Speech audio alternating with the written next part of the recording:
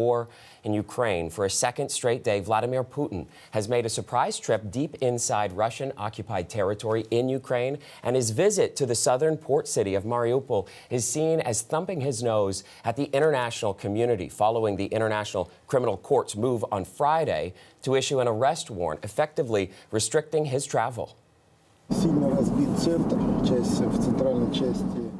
Video here shot by Russian state media showing Putin driving around the streets of Mariupol, and the city saw some of the fiercest fighting of the war before it finally fell last May. Unsurprisingly, Ukrainian officials have condemned that visit to a city where they say some 22,000 civilians were killed. Ukraine's defense minister tweeting, "As befits a thief, Putin visited under the cover of night. First, it is safer. Also, darkness allows him to highlight what he wants to show." CBC's Dominic Velitis has been following this story for us, and he joins us now from London.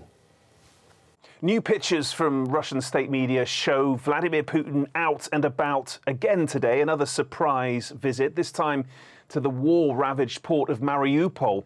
It is a significant trip, his first to the Russian-occupied territories of Ukraine's Donbass region since the conflict began, and the closest he has ever been to the front lines of the conflict, which he started. The Kremlin billed this as a working trip. We're told Putin arrived in the city by helicopter.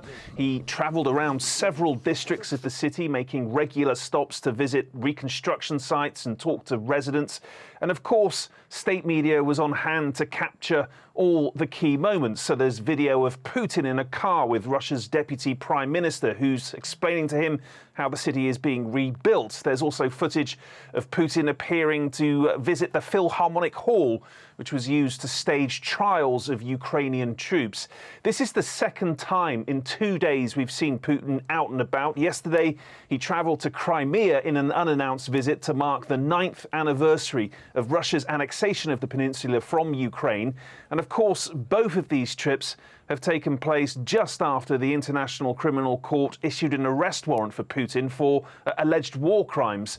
And many are viewing these very public outings that we're seeing at the moment as an act of defiance on the Russian leader's part. Now, tomorrow, he will be welcoming China's Xi Jinping to Russia, his first trip abroad since being elected to an unprecedented third term as China's president, and his first visit to Russia since it invaded Ukraine. The two men are likely to use the visit as a platform to recommit to their partnership, their so-called no-limits friendship, a relationship that both Beijing and Moscow see as critical to countering what they consider to be the undue and undeserved influence exerted by the United States and its Western allies. Dominic Velitis, CBC